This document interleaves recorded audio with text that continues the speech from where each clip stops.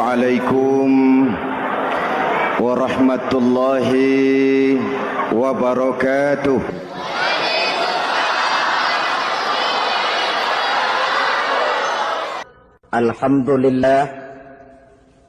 Alhamdulillahilladzi ja'ala Ramadhana syahra siyama lil mu'minin. Wassalatu wassalamu ala asyrafil anbiya'i wal mursalin Sayyidina wa maulana Muhammadin wa ala alihi wa ashabihil mujahidin at-tahirin, amma ba'du. Ma'asyiral muslimin rahimakumullah. Dari jumlah 12 bulan yang ada dalam agama kita, yang dihitung sejak Muharram sampai dengan bulan Zulqa'dah, maka Ramadan mendapat gelar Sayyidus Syuhur. Sayyidus Syuhur artinya raja, penghulu atau tuan dari seluruh bulan.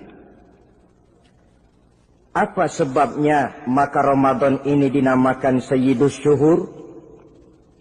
Sebab yang pertama, Ramadan dipilih oleh Allah menjadi bulan tempat di mana pertama kali diturunkan ayat-ayat suci Al-Quranul Karim. Allah tidak memilih Rabiul Awal, tidak Rajab, tidak pula Sya'ban misalnya, tetapi dipilihnya Ramadan untuk menjadi bulan di mana diturunkan ayat-ayat suci Al-Quranul Karim.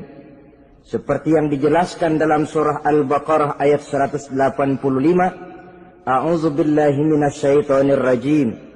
Syahrul Ramadan allazi unzila fihi al-Qur'an hudan lin-nasi wa bayyinatin minal huda wal furqan. Bulan Ramadan, bulan di mana diturunkan di dalamnya Al-Qur'anul Karim yang merupakan petunjuk dan jalan menuju petunjuk bagi orang-orang yang beriman. Oleh sebab itu, salah satu bentuk ibadah yang sangat dianjurkan di bulan Ramadan diantaranya ialah memperbanyak membaca ayat-ayat suci Al-Quranul Karim. Yang kedua, Ramadan disebut Sayyidus Syuhur karena di dalamnya ada satu malam yang bobotnya khairun min alfi syahr. Satu malam tetapi lebih baik daripada 1000 bulan. Itu dinamakan dengan Lailatul Qadar. 1000 bulan kira-kira 83 tahun. Nilai ibadah di malam itu lebih baik daripada nilai ibadah 83 tahun. Padahal umur orang sekarang kan jarang yang sampai 83 tahun.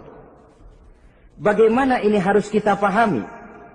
Ma'asyiral muslimin, sejak kita akil balik sampai kepada usia kita yang sekarang ini, kalau kita mau jujur bercermin, rasanya kita harus mengakui banyak dosa dan kesalahan yang pernah kita kerjakan. Kalau kita berbuat dosa selama 40 tahun, kemudian kita bertaubat 20 tahun lamanya, kalau menurut rumus dagang, ini kan belum tertutup. Dosa 40 tahun ditebus dengan taubat 20 tahun. Tapi haruskah dosa tidak terampuni? Allah Subhanahu wa ta'ala Maha Penyayang. Disediakannya malam-malam yang istimewa, yang punya nilai khusus. Seolah-olah Allah berkata, hai manusia, kau tidak perlu putus asa. Bagaimanapun banyak dosa kau lakukan, bagaimanapun banyak kesalahan kau kerjakan, nih, aku sediakan satu malam khairun min alfi syahrin. Lebih baik daripada 1000 bulan yang disebut dengan Lailatul Qadar. Kapan sih Lailatul Qadar itu? Menurut Al-Imamul Ghazali, Lailatul Qadar itu adanya pada 10 hari yang akhir di bulan Ramadan, terutama pada malam-malam ganjil. Malam 21, 23, 25, 27, dan 29. Tapi orang yang ingin menemukan Lailatul Qadar, dia harus sudah berjaga sejak awal Ramadan. Jadi nggak boleh pakai ilmu ngincer. Tahu ilmu ngincer? Tanggal 20 Ramadan nggak terawih, 21 terawih, 22 perek lagi, 23 masuk lagi, 24 nggak ke masjid. Temannya tanya, kenapa nggak ke masjid? Ini kan bukan malam ganjil, nggak turun Lailatul Qadar. Saya kira yang kayak begini dapatnya bukan Lailatul Qadar, boleh jadi Lailatul Qadar. Orang yang ingin menemukan Lailatul Qadar itu, dia harus berjaga-jaga sejak awal Ramadan. Inilah di antara tugas kita, memanfaatkan waktu-waktu yang punya nilai istimewa. Itu ada dalam agama. Dalam setiap minggu ada hari istimewa. Dalam setiap hari ada jam-jam istimewa. Dalam setiap tahun ada bulan istimewa. Coba, dalam setiap minggu ada hari istimewa, hari Jumat. Dalam setiap hari ada jam-jam istimewa, sepertiga malam yang terakhir. Antara jam 2 sampai menjelang fajar di kala subuh, itu saat-saat istimewa. Di samping saat istimewa, Allah pun menyediakan tempat-tempat yang istimewa.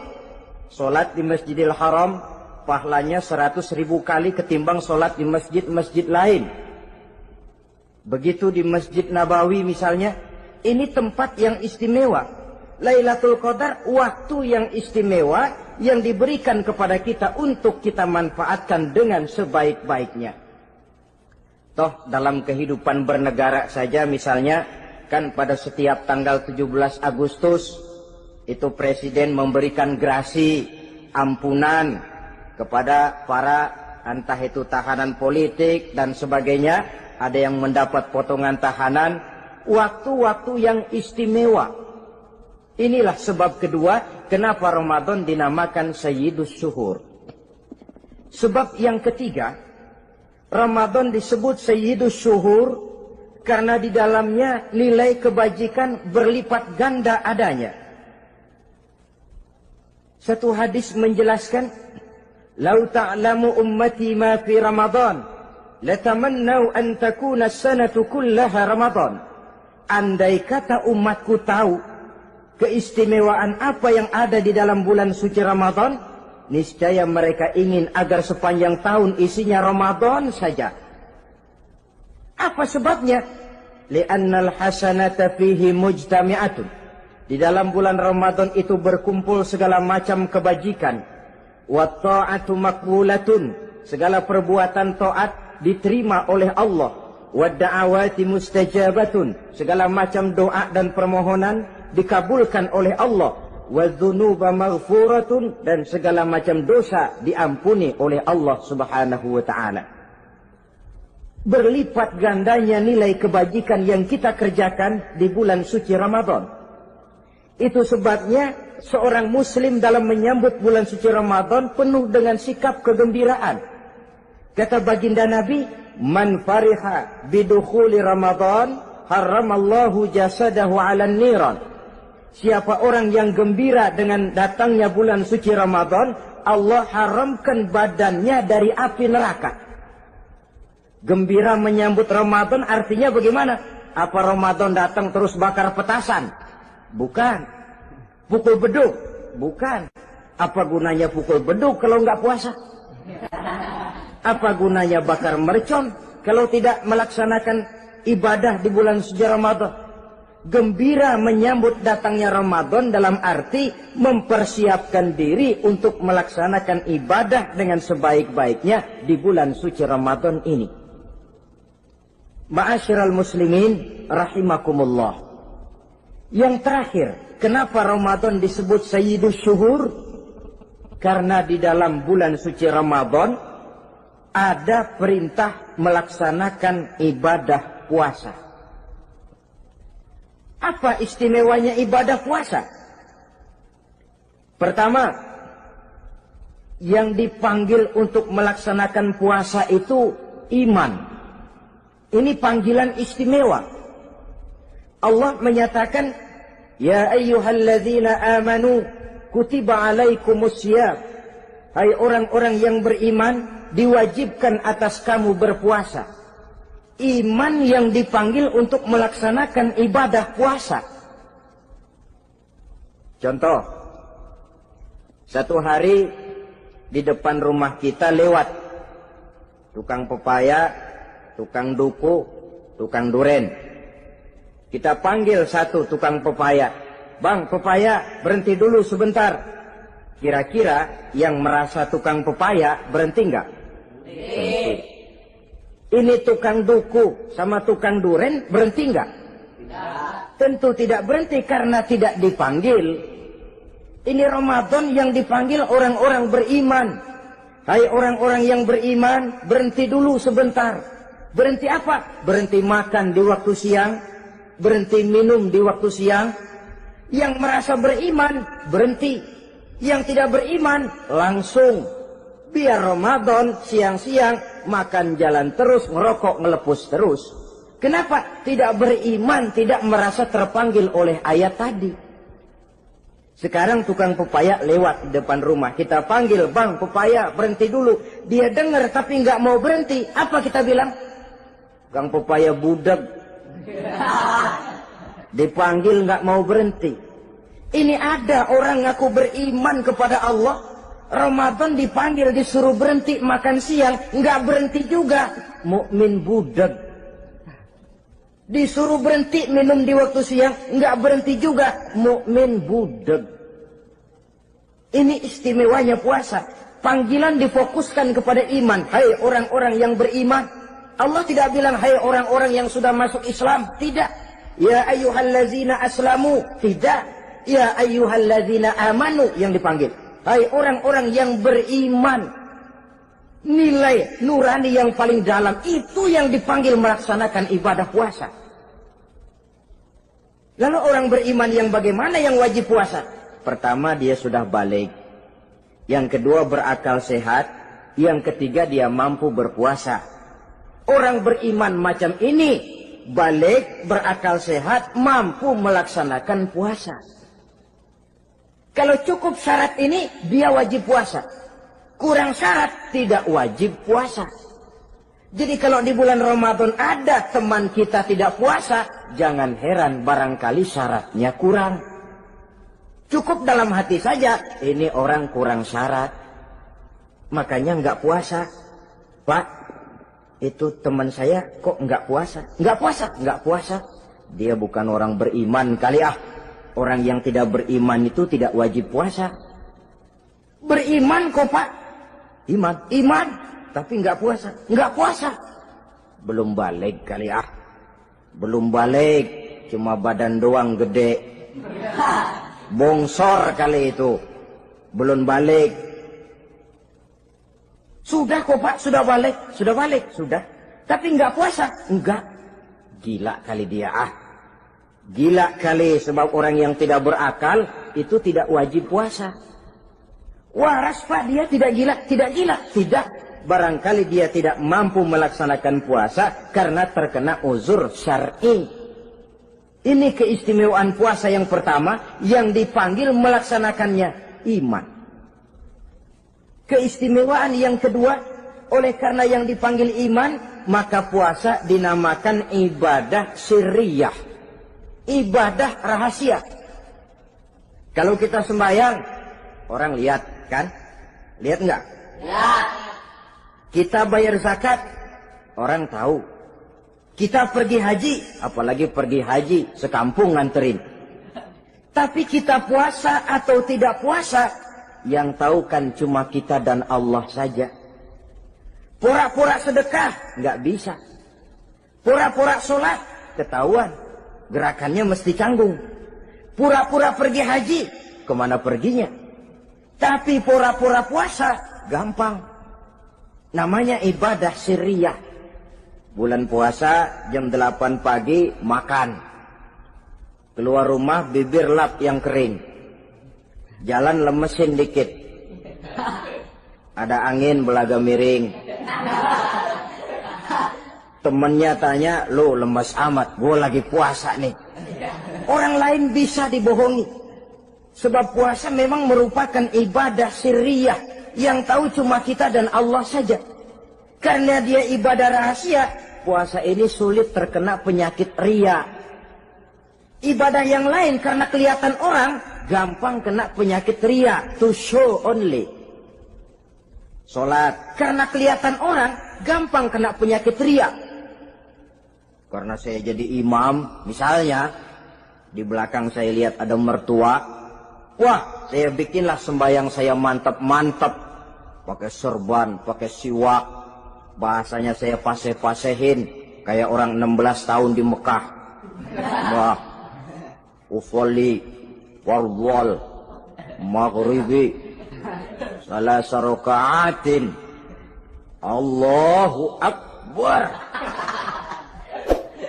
Surahnya saya cari yang panjang-panjang, paling pendek sabbihis sama wadduha. Akibat apa itu? Riya, di belakang ada calon mertua. Tapi kalau sholat sendirian dalam kamar, boro-boro pakai serban dan siwak, kadang-kadang kaos kutang saja cukup. Surahnya jangan sabbihis sampai wadduha, langganannya inna a'toinakal kautsar sama qul huwallahu ahad. Karena sholat terlihat orang, mudah kena penyakit riya. Sedekah pun begitu. Mulanya niatnya cuma mau sedekah 5.000, karena ada orang yang disedekahani naik 10.000, yang 5.000 sudah karena orang. Jadi ibadah yang lain itu mudah terkena riya, tapi juga mudah dinilai orang. Kita bisa saja bilang, itu orang sholatnya khusyuk ya. Kenapa? Kelihatan dari gerakannya. Itu orang hajinya mabrur ya. Kenapa? Kelihatan dari tingkah lakunya setelah pulang haji. Itu orang sedekahnya berani ya. Kenapa? Ketahuan dari jumlahnya. Ibadah yang lain bisa dinilai, tapi puasa nggak bisa dinilai. Tuh orang puasanya mantap bener ya. Kenapa? Beludah melulu. Itu bukan ukuran. Itulah sebabnya dia dinamakan ibadah sirriyah, ibadah yang abstrak, yang tahu cuma si pelaksana dan Allah saja. Ini keistimewaan puasa yang kedua. Yang ketiga, saudara-saudara, kalau ibadah-ibadah yang lain, ganjaran pahalanya itu dijelaskan oleh Allah. Sedekah kalau ikhlas pahalanya begini. Haji kalau mabrur pahalanya ini. Sembahyang berjamaah pahalanya ini. Untuk puasa tidak. Puasa Allah cuma bilang as-siyamu li wa ana ajzi bihi. Puasa adalah untukku, aku yang akan membalasnya. Berapa besar balasannya tidak dijelaskan oleh Allah. Apa artinya ini? Kalau saudara kerja, mandor bilang, sampean kerja sama saya, gaji 1 hari 5.000. Ketahuan kan, sehari 5.000. Kita bisa kong-kalingkong, ada mandor rajin, nggak ada mandor kendor. Pokoknya sehari 5.000. Tapi kalau mandor cuma bilang, kau kerja sama aku, soal gajimu nanti aku yang atur. Tidak dijelaskan berapanya, nanti aku yang atur. Ini kan mestinya kita kerja hati-hati. Sebab apa? Mungkin gaji kita lebih besar dari jumlah 5.000 kalau kerjaan memuaskan. Mungkin tidak digaji sama sekali kalau kerjaan berantakan. Tidak dijelaskannya pahala puasa menjadi sugesti bagi kita untuk melaksanakan ibadah ini dengan sebaik-baiknya. Mungkin gaji sangat besar, mungkin tidak digaji sama sekali. Sebab kata Nabi, kam min shaimin laisa lahu min siyamihi illa al-ju' wal 'atsh. Berapa banyak orang puasa, dia tidak memperoleh apa-apa dari puasanya kecuali lapar dan haus saja. Puasa sah, kewajiban gugur, nilai 0. Tidak dapat apa-apa kecuali lapar dan haus. Jadi inilah keistimewaan daripada ibadah puasa. Saudara hadirin yang saya hormati, kemudian apa sih perlunya kita melaksanakan ibadah puasa ini? namanya syahwat. Kalau itu kita kendalikan, maka langkah hidup ini akan menjadi lurus karenanya. Benar kalau Nabi menyatakan, "Iza jaa Ramadan, futihat abwabus sama, wa ghulliqat abwabun nar, wa sufsidatis sayatin." Apabila datang bulan suci Ramadan, dibuka pintu langit, dibuka pintu surga, ditutup pintu neraka, dan diikat setan-setan itu. Siapa yang ikat setan? Puasa kita. Dengan puasa kita mengendalikan nafsu. Kalau nafsu kita kendalikan, setan nggak berkutik. Jadi yang mengendalikan nafsu itu nilai puasa. Nafsu terkendali, setan terikat. Kalau puasa, kalau nggak puasa, setannya ngebludak. Jadi jangan digambarkan, wah kalau bulan puasa setan dirantai. Rantainya kayak apa? Yang rantai siapa? Arti setan diikat di sini ialah nafsu dikendalikan. Dengan apa? Mengatur makan dan minum. Puasa kan sebenarnya logikanya mengatur perpindahan waktu makan dan minum saja. Apabila perut besar ini teratur demikian rupa, syahwat tidak menggelegak, dia terkendali. Dengan hidup pandai mengendalikan nafsu, iblis tidak berdaya dan tidak berkutik. Ma'asyiral muslimin rahimakumullah, Nabi bersabda, "La yu'minu ahadukum hatta takuna hawahu taba'an lima ji'tu bih." Belum sempurna iman kamu kalau nafsumu belum ikut apa yang aku bawa. Yang dibawa Nabi tidak lain daripada syariat, termasuk di dalamnya pelaksanaan ibadah puasa. Karena itu saya pesan kepada seluruhnya, jangan kalau puasa kayak orang ngancem. Siang bisa mengendalikan nafsu, tapi begitu maghrib berbunyi, nafsu sudah tidak terkendalikan lagi. Itu namanya puasa orang ngancem.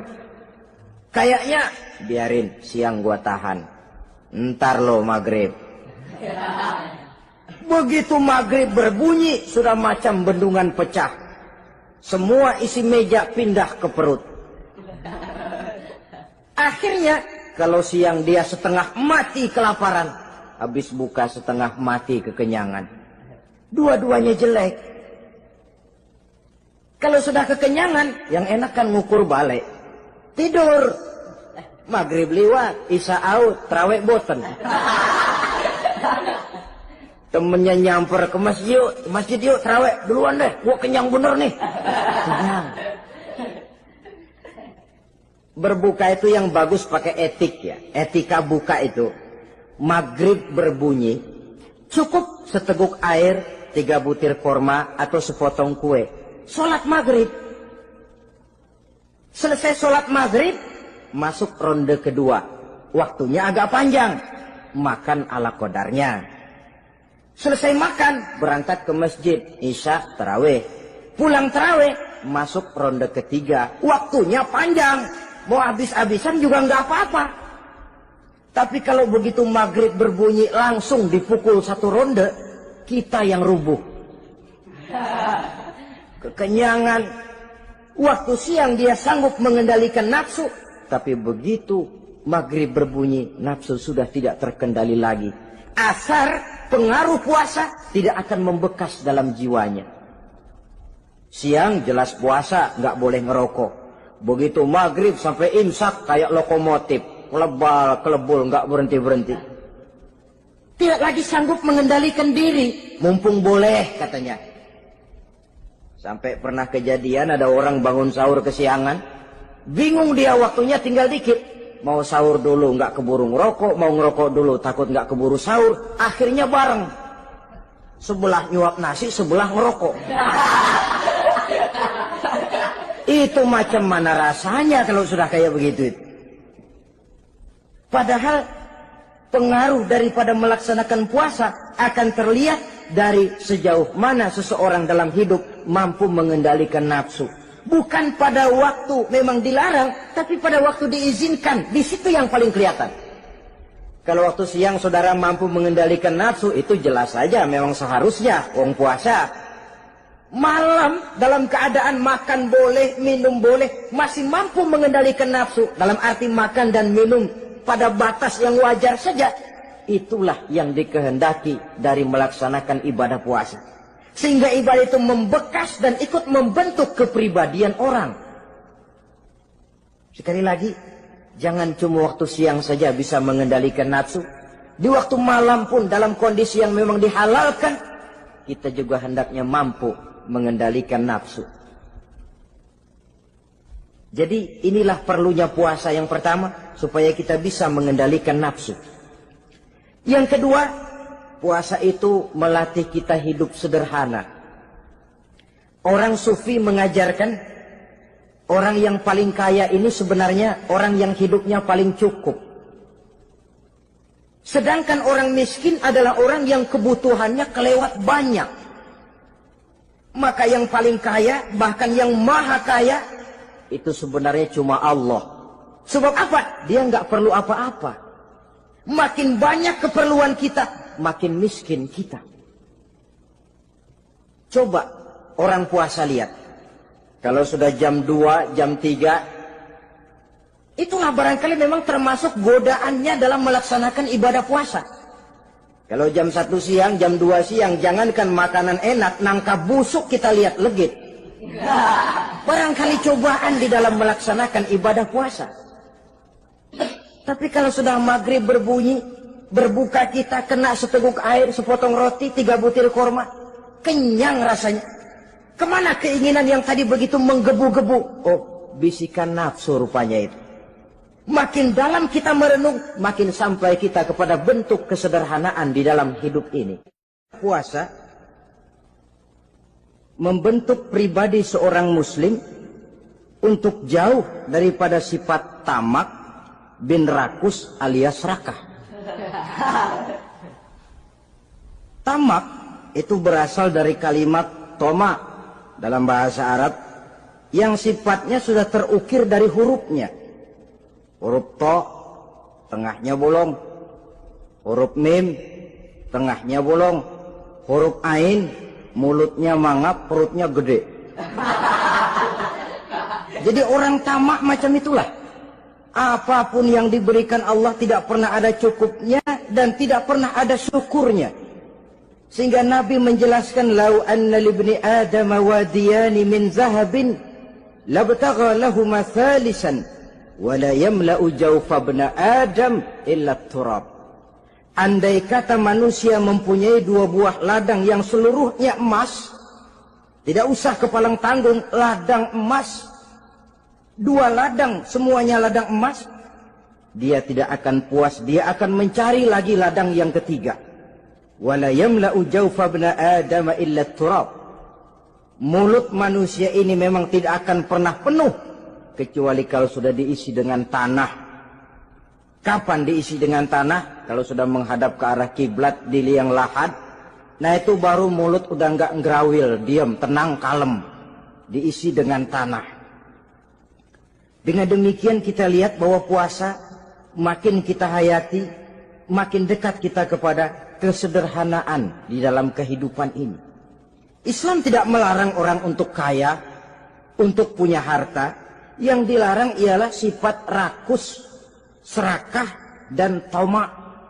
Karena ini akan membuat orang melakukan segala macam cara, ingkar kepada nikmat Allah, tidak pandai bersyukur, pandangan matanya selalu diarahkan ke atas. Dikala hidupnya sudah serba cukup, dia masih merasa kurang. Sebab itu dia selalu kurang. Dia sudah kaya tapi masih merasa miskin saja, maka hidupnya pun miskin terus. Saudara-saudara ma'asyiral muslimin, ini hikmah yang kedua kenapa kita perlu puasa. Yang ketiga, puasa itu melatih kita cinta kepada fakir miskin, orang-orang yang tidak mampu, yang memerlukan pertolongan. Bagaimana caranya? Dunia pendidikan berkata bahwa pendidikan akan lebih berhasil kalau bersifat audiovisual. Mengajar anak berenang, bawa ke kolam. Mengajar anak naik sepeda, berikan sepedanya. Mengajar orang cinta fakir miskin, rasakan apa yang dirasakan oleh fakir miskin. Apa itu? Lapar, haus. Kan nggak bisa ngajarin anak berenang teori saja. Ke kolam nggak pernah. Teori hafal luar kepala. Gaya dada begini, gaya 200 meter begini, gaya kupu-kupu begini, gaya bebas begini. Teori hafal, ke kolam nggak pernah. Sekali terjun, gaya batu. Sudah nggak timbul-timbul lagi. Nggak bisa ngajar anak naik sepeda cuma teori saja. Sepedanya tidak pernah diberikan. Hafal teori, bab 1 pegang stang. Bab 2 dorong. Bab 3 kaki kanan naik pedal kanan. Bab 4 genjot. Hafal teori, megang sepeda nggak pernah. Begitu dikasih sepeda, dia naik, habis tukang bakso. Pun mendidik orang cinta kepada fakir miskin tidak bisa cuma lewat seminar, kongres, penataran, indoktrinasi. Diadakan simposium, seminar, diskusi, supaya orang cinta kepada fakir miskin. Tapi yang bicara orang kenyang semua. Bagaimana hati ini mau peka? Islam itu nggak usah banyak teori lah.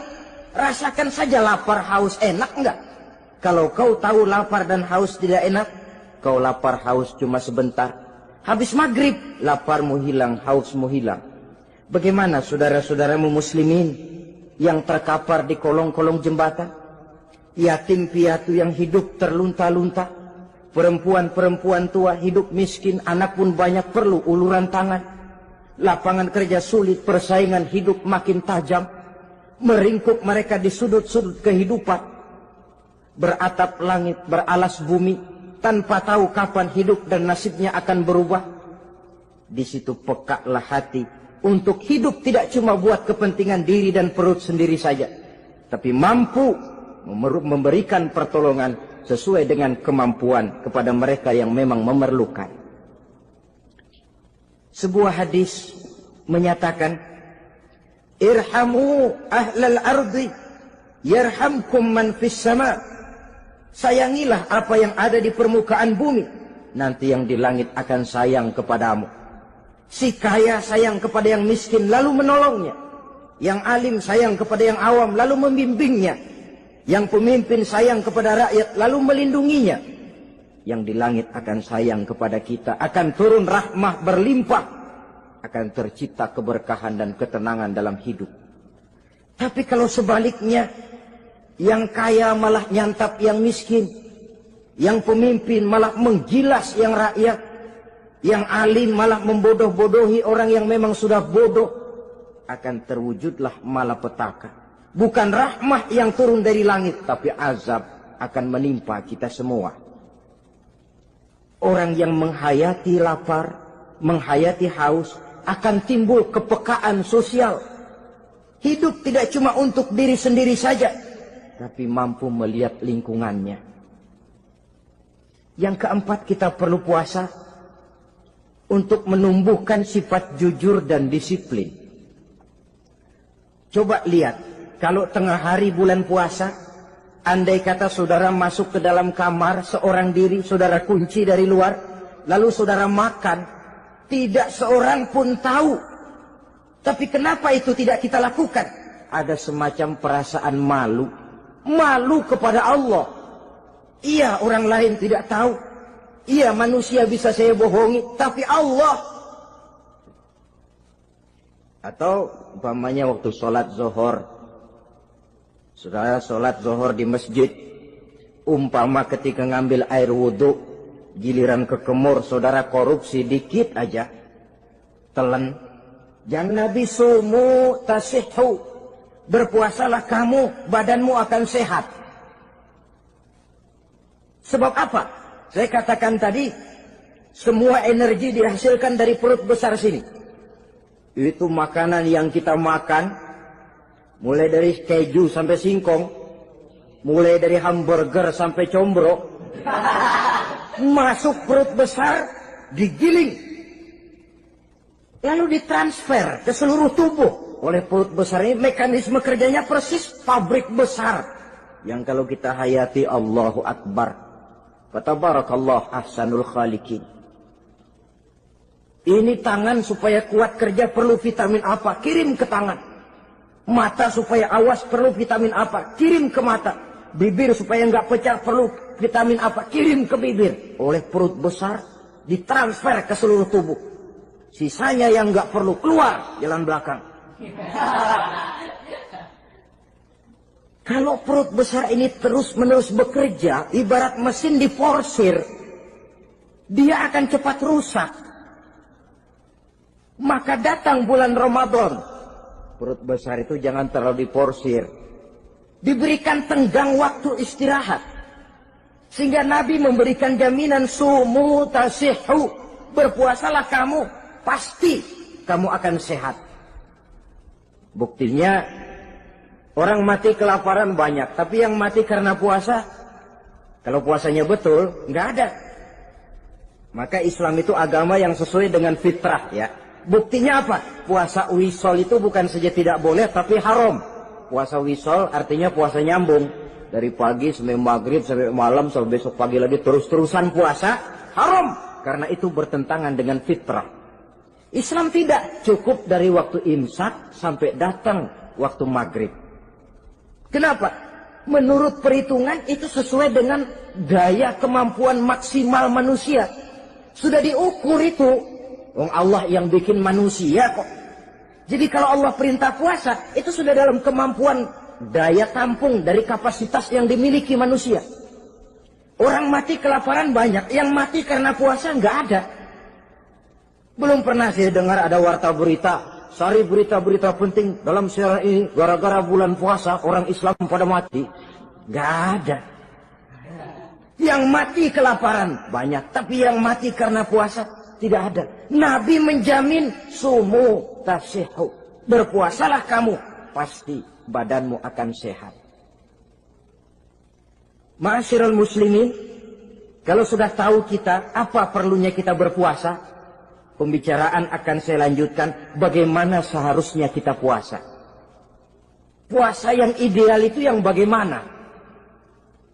Al-Imamul Ghazali menjelaskan, orang yang puasa itu ada 3 macam. Pertama, saumul awam. Puasanya orang kebanyakan. Orang macam ini merasa sudah puasa asal tidak makan, tidak minum. Puasa sudah. Pokoknya tidak makan, tidak minum, itulah puasa. Ini puasanya orang awam. Matanya tidak pernah puasa. Kupingnya tidak puasa, kakinya tidak puasa, tangannya tidak puasa. Ini puasa orang awam, kebanyakan. Hasilnya tidak mustahil seperti yang dikatakan Nabi tadi. Berapa banyak orang puasa tidak mendapat apa-apa dari puasanya kecuali lapar dan haus. Puasa sah, kewajiban gugur, nilai 0. Kan rugi ibadah semacam itu. Sebab jangan lupa, yang membatalkan itu kan 2. Ada yang membatalkan pahala puasa, ada yang membatalkan puasa. Bedanya apa? Kalau puasa batal, pahala jelas batal. Tapi kalau pahala yang batal, puasanya mungkin sah. Kewajibannya gugur, tapi pahala tidak ada. Kalau yang membatalkan puasa sih umumnya kita bisa jaga itu. Sebab apa? Masalahnya konkret, kelihatan. Apa yang membatalkan puasa? Misalnya makan dan minum yang disengaja walaupun sedikit. Batal. Sedikit tapi sengaja tidak mengenyangkan, batal. Namanya pentol korek yang kecil itu. Sengaja telan waktu puasa, batal. Kan sedikit pak, nggak kenyang kok. Sengaja. Sengaja itu yang bikin batal. Tapi kalau tidak sengaja seperti lupa, itu tidak batal. Misalnya hari pertama puasa, di sembahyang subuh tidur, bangun jam 8, lupa kebiasaan, langsung aja nyerbu ke dapur. Dapat sepiring setengah, ingat. Astagfirullah, lagi puasa, betul. Setelah ingat bagaimana? Yang masih ada di mulut keluarkan, berkemur, lanjutkan puasanya, sah. Perkara sepiring setengah yang udah kadang masuk bagaimana Pak? Itu rezeki. Lawang orang lupa. Lupa itu kan jenis yang ma'fu anhu. Jenis yang dimaafkan. Makan dan minum yang disengaja walaupun sedikit. Batal. Batal puasanya. Apalagi muntah yang disengaja. Batal puasanya. Ukuran sengaja kan kita tahu. Apalagi hilang akal. Seperti gila atau pingsan. Batal puasa. Apalagi hubungan suami istri di waktu siang secara sengaja. Batal. Kalau sengaja. Kalau nggak sengaja, enggak. Namanya nggak sengaja. Umpamanya, saya nggak sengaja Pak, tahu-tahu udah nyampe situ, gimana?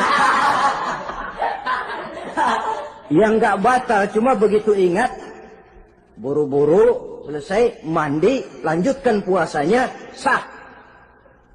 Jangan begitu ingat sih ingat Pak puasa, cuman tanggung. Nah, ini tanggung ini yang bikin jadi batal. Dan jangan lupa, orang yang membatalkan puasa karena hubungan suami istri, dendanya paling berat. Seorang sahabat pernah lapor, halaktu ya Rasulullah. Ya Rasul, celaka saya. Ma'ahlakak, apa yang bikin kamu celaka? Saya lagi puasa Ramadan ya Rasulullah, saya nggak tahan. Lalu, saya nyelonong sama istri saya. Pengantin baru ini rupanya. Nyelonong bagaimana? Ya nyelonong.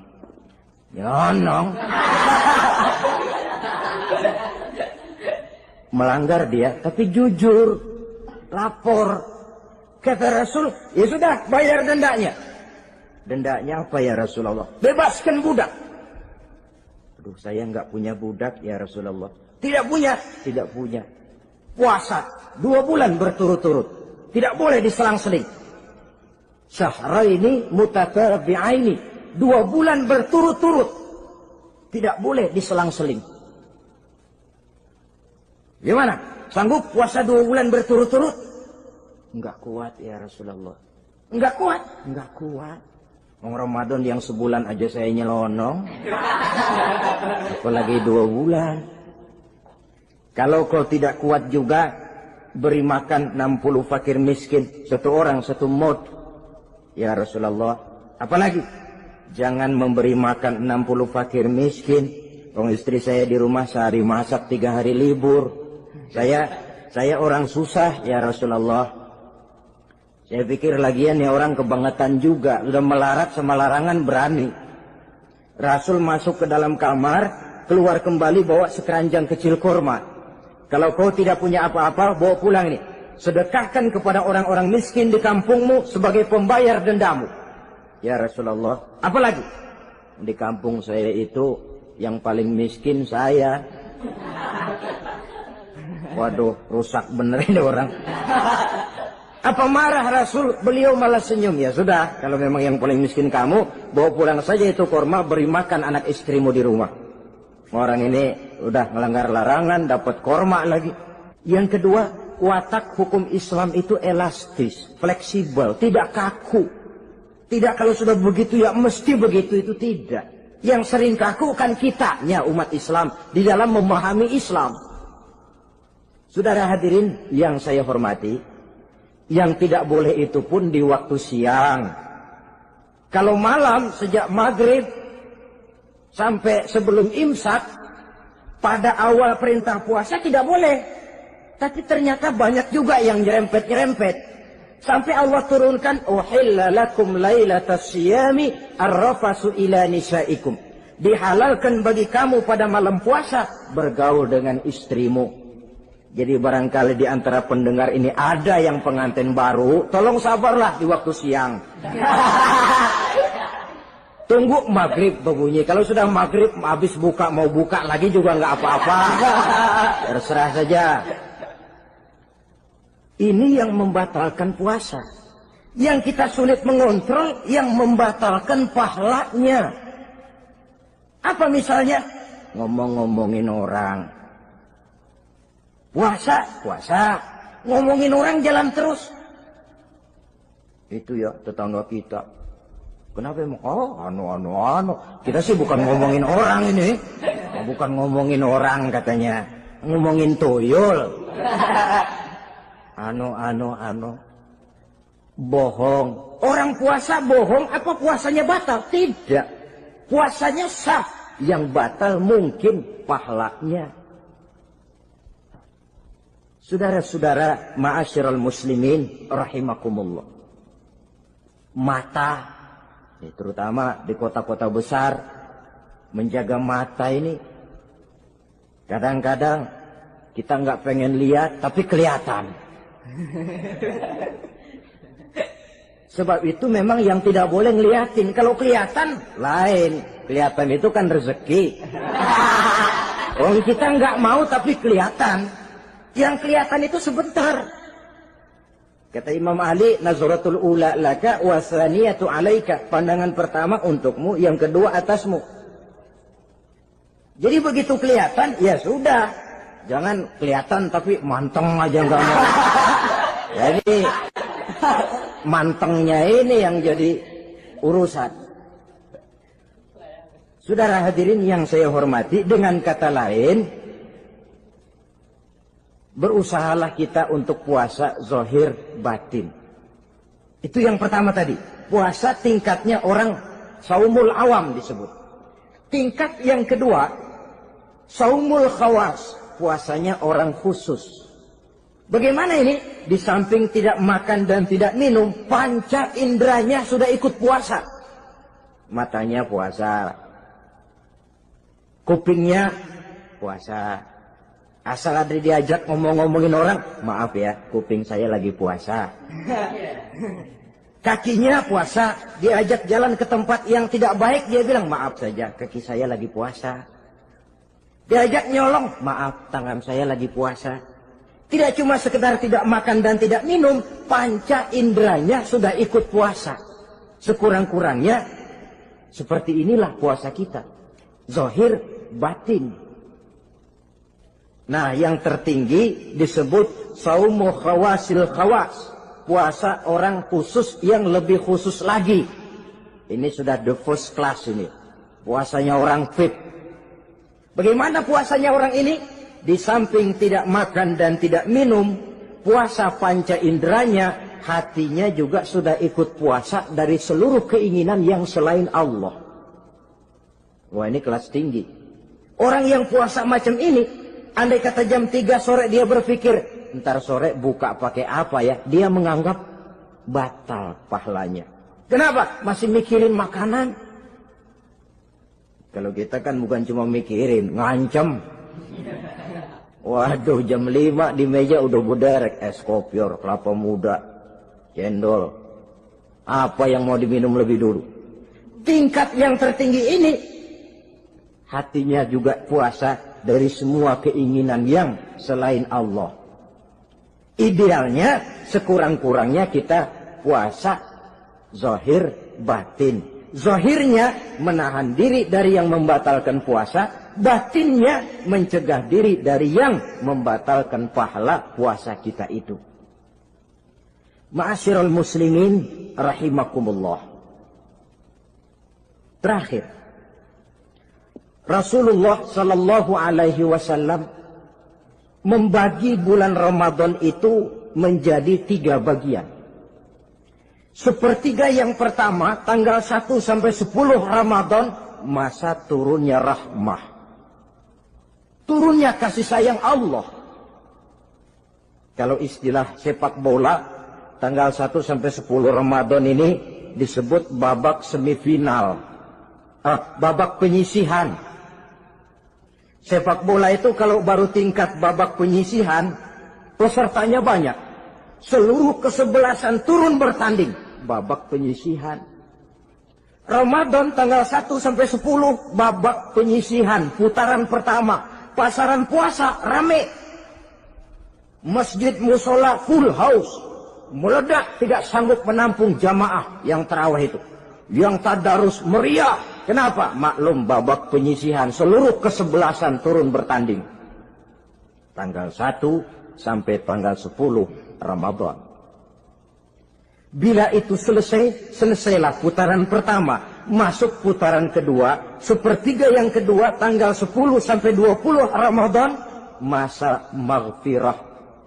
Masa turunnya ampunan dari Allah.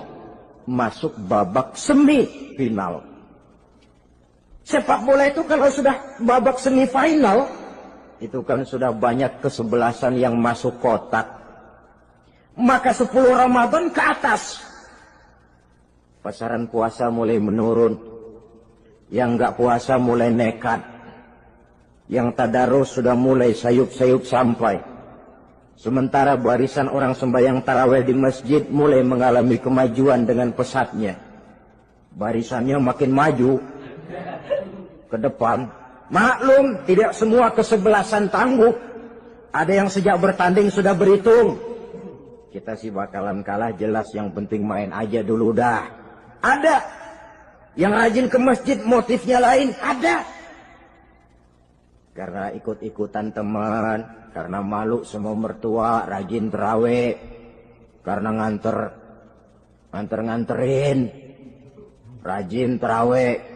Bayangnya paling belakang berdua lagi. Malah ngeledek begitu imam waladolin, dia di belakang nyaut asik.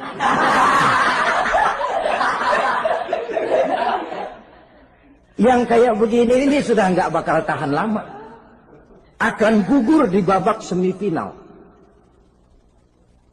Puncaknya, putaran terakhir, tanggal 20 sampai akhir Ramadan, masa itkun minan nar, masa pembebasan dari api neraka. Masuk babak final. Kalau sudah babak final, ya pesertanya nggak banyak sudah. Ramadan tanggal 20 ke atas babak final. Pesertanya nggak banyak. Sebab apa? 20 Ramadan ke atas pikiran orang sudah bercabang itu.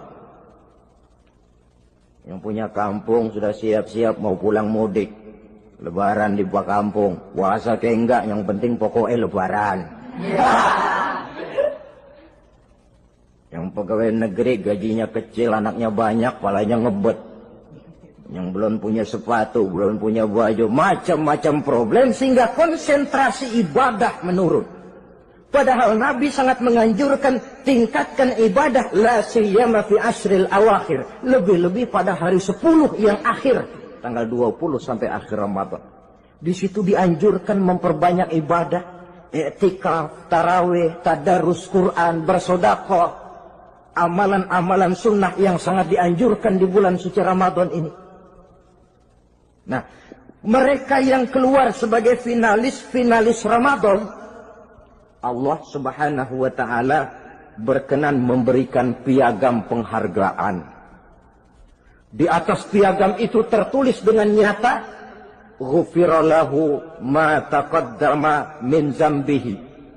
Pemegang piagam ini dinyatakan keluar sebagai finalis Ramadan. Kepadanya diberikan penghargaan dengan jaminan ampun terhadap seluruh dosa yang pernah dia kerjakan. Sehingga dia keluar Ramadan, masuk 1 Syawal, seperti bayi baru dilahirkan oleh ibunya. Bersih tanpa dosa, karena sudah dibersihkan oleh ibadah Ramadan. Sehingga masuk Syawal, dia rayakan Idul Fitri, dia pantas mengucapkan minal aidin wal faizin. Minal aidin artinya, semoga kita termasuk orang yang kembali. Kembali kemana? Kembali kepada fitrah. Seperti bayi baru dilahirkan oleh ibunya. Tidak punya dosa kepada Allah, karena sudah dibersihkan oleh ibadah Ramadan. Ini orang yang finalis. Puasanya betul, tarawihnya betul, pantas mengucapkan minal aidin.